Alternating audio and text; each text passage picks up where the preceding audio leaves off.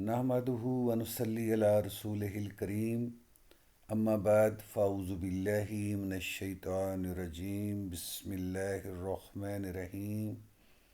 سامعین محترم، السلام علیکم ورحمۃ اللہ وبرکاتہ۔ رمضان سیریز کی دوسری قسط کے ساتھ حاضر خدمت ہیں۔ ہمارا آج کا موضوع ہے رمضان اور تقوی کا باہمی تعلق۔ رمضان المبارک کی یہ بابرکت گھڑیاں، یہ رحمتوں کا نزول اور یہ روحانی فضا، یہ سب اللہ رب العزت کا وہ خاص انعام ہے جس کا جتنا بھی شکر کیا جائے کم ہے۔ لیکن آج ہمیں ایک لمحے کے لیے رک کر یہ سوچنا ہے کہ کیا رمضان صرف سحری اور افطاری کا نام ہے؟ کیا یہ مہینہ صرف بھوک اور پیاس برداشت کرنے کے لیے آیا ہے؟ نہیں، ہرگز نہیں۔ رمضان تو دراصل ہماری تربیت کا ایک خصوصی کورس ہے۔ یہ وہ موسم بہار ہے جس میں انسان اپنے دل کی صفائی، اپنی روح کا تزکیہ اور اپنے کردار کی اصلاح کرتا ہے۔ سامعین محترم، اگر ہم پورا رمضان گزار کر بھی ویسے ہی رہے جیسے پہلے تھے تو ہمیں ٹھنڈے دل سے سوچنا ہوگا کہ ہم نے اس مہینے سے کیا پایا۔ کہیں ایسا تو نہیں کہ ہم نے صرف فاقہ کیا اور روحانیت سے بالکل خالی ہاتھ رہے۔ اللہ رب العزت نے قرآن مجید میں روزے کا مقصد بہت واضح الفاظ میں بیان فرمایا ہے۔ ارشاد ہوتا ہے کہ یا ایھا الذین آمنوا کتب علیکم الصیام کما کتب علی الذین من قبلکم لعلکم تتقون۔ ترجمہ: اے ایمان والو، تم پر روزے فرض کیے گئے جیسا کہ تم سے پہلی امتوں پر فرض کیے گئے تھے تاکہ تم میں تقوی پیدا ہو۔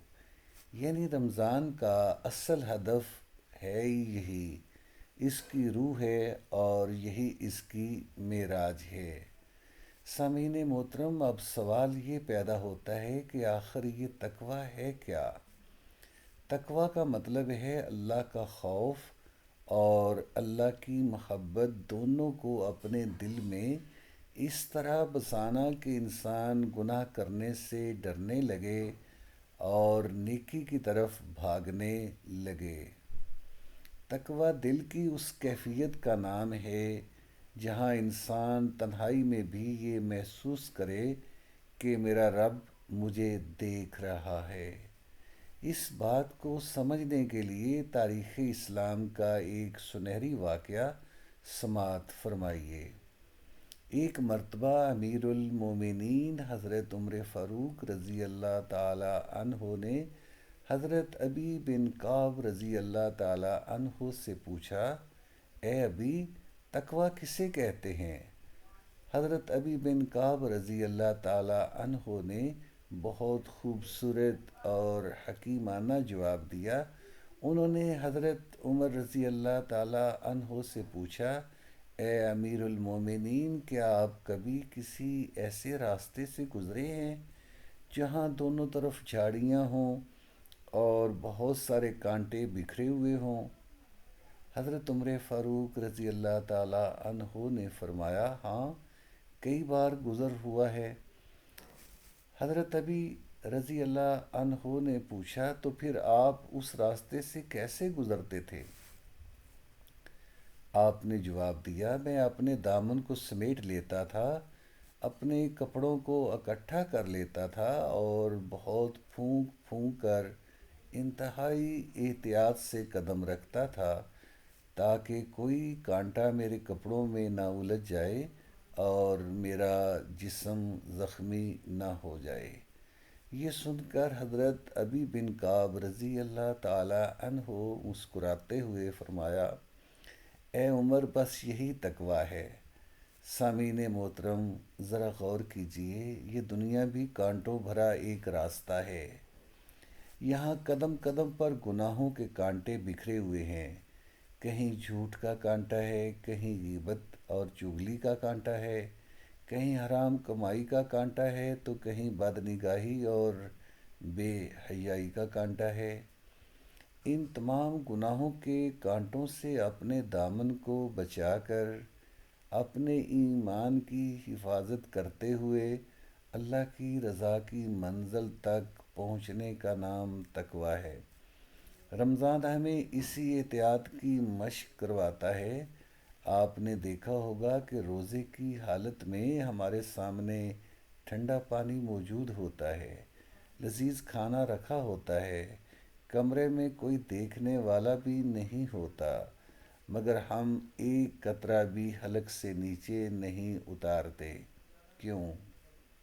صرف اس لیے کہ ہمارے دل میں کامل یقین ہوتا ہے کہ اللہ دیکھ رہا ہے۔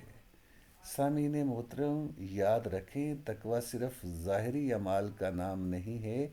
ایک مرتبہ نبی مکرم صلی اللہ علیہ وآلہ وسلم سے پوچھا گیا کہ تقویٰ کیا ہے؟